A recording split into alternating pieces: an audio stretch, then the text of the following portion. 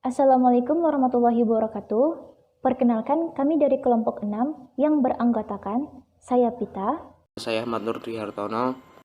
Saya Adam Jordi Maulana akan memaparkan hasil makalah kami yang berjudul Istihsan.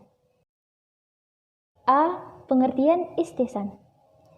Istihsan berasal dari bahasa Arab yaitu al-husnu yang artinya baik. Sedangkan secara istilah, istihsan adalah berpalingnya sang mujtahid dari tuntunan qiyas yang jelas ilatnya atau qiyas daily kepada tuntunan qiyas yang samar ilatnya atau qiyas khafi, berlandaskan dasar pemikiran tertentu yang rasional. Atau berpalingnya sang mujtahid dari tuntunan hukum kulli atau umum kepada tuntunan hukum juz'i atau spesifik berlandaskan dasar pemikiran tertentu yang rasional. B. Karakteristik istihsan. Yang pertama, kalau istihsan dipergunakan untuk mendukung nas, ia tidak diperlukan. Sedangkan apabila istihsan tidak berdasarkan nas atau keluar dari nas, tidak ada kebaikan di dalamnya, maka boleh. Yang kedua, istihsan bukanlah nas, bukan pula merujuk kepada nas, tetapi hanya mengikuti hawa nafsu. Yang ketiga, Rasulullah tidak memberi pendapat banyak dalam permasalahan tidak ada hukumnya. Beliau tidak berfatwa pada apa yang baik bagi dirinya atau istihsan, tetapi menunggu wahyu dari Allah sebelum berpendapat. Yang keempat, istihsan dibolehkan, tentu akan menjadi hujah bagi Nabi, dan beliau akan berfatwa menggunakan istihsan tanpa menunggu wahyu dari Allah. Yang kelima, Rasulullah mengingkari pendapat sebagian sahabat yang menggunakan istihsan dalam beberapa permasalahan. Yang keenam, istihsan diperbolehkan bagi para mujtahid tanpa nas atau qiyas.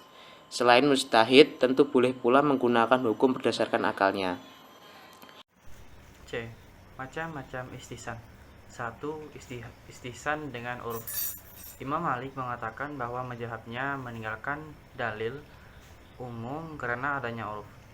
Contoh, apabila si A bersumpah tidak akan masuki rumah, maka menurut qiyas lugawi dengan masuki setiap tempat yang bernama rumah, misalnya masjid, si A berarti telah melanggar sumpahnya. Akan tetapi berdasarkan istihsan Imam Malik, masuk masjid tidaklah melanggar sumpah tersebut karena masjid menurut uruf tidak dinamakan rumah. 2. Istihsan dengan masalah. Meninggalkan dalil umum dengan dasar al-masalah. Contoh, dalam kasus beban penjamin buruh yang berkongsi berdasarkan kaidah al-asal, buruh yang berkongsi atau buruh yang hasilnya dibagi dua merupakan orang terpercaya dan orang demikian tidak perlu dibebani penjaminan kecuali orang tersebut sudah kelihatan khianatnya. Tetapi berdasarkan dalil istihsan, Imam Malik berpandangan bahwa buruh berkongsi tersebut tetap diberi penjaminan.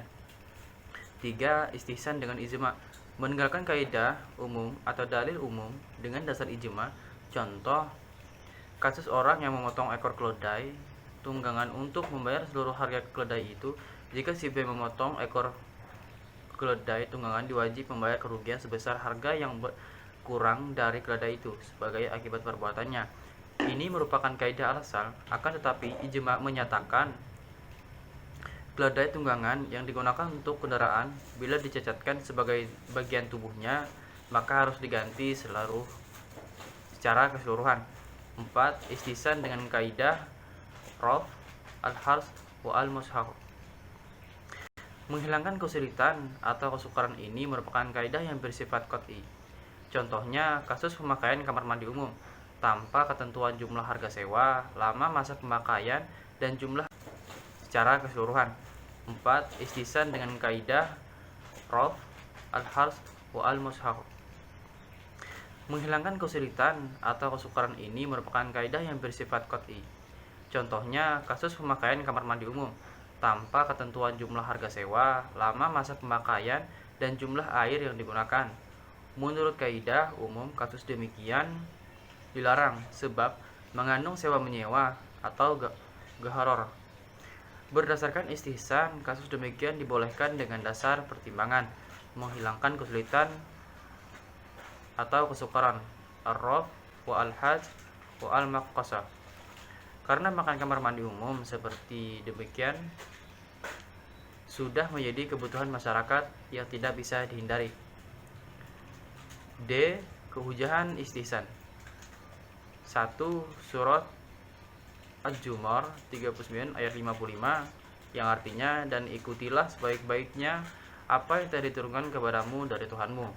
2. Hadis riwayat Abdullah bin Mas'ud radhiyallahu anhu, diriwayatkan dari Abdullah bin Mas'ud, ia berkata, sesungguhnya Allah Azza wa Jalla melihat ke dalam hati hamba-hambanya, kemudian ia memilih Muhammad SAW untuk diutus menyebarkan ajarannya.